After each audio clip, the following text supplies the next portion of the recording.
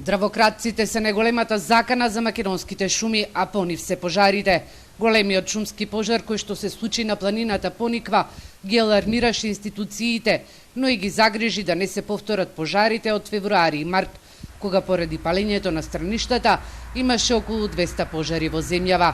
Штетите тогаш се проценуваа на 1 милион евра, но собствениците на шуми и експертите велат дека загубите се многу поголеми.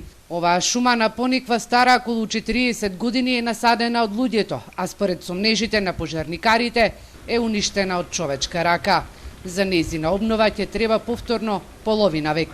Пожарите не се само во однос на дрвната маса, тие се, ако сакате, во однос на климатски промени, тие се во однос на ерозија, на режим на врнежи и така натаму. Се она што од суштествена важност за човекот и за човештвото, а поготово за нас кои живееме во тие локални заедници кои се погодени од пожари од огромни размери. Значи тоа секако се одразува на локалното битишување. Ваквите големи шумски пожари ги потсетуваат локалната и централната власт да инвестираат во опрема и возила.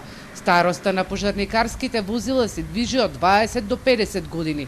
Опремата со која располага нашата единица е просек на старост од 20 до 30 години.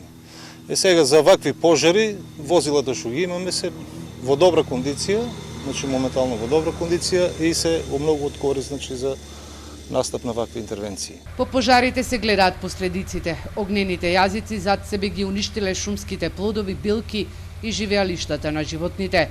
Во теке и кампањата за заштита од шумски пожари, која реализира Дирекцијата за заштита и спасување. Апелот е да не се фрлат цигари стаклена амбалажа, да не се пали скара и страништата по жетвените активности.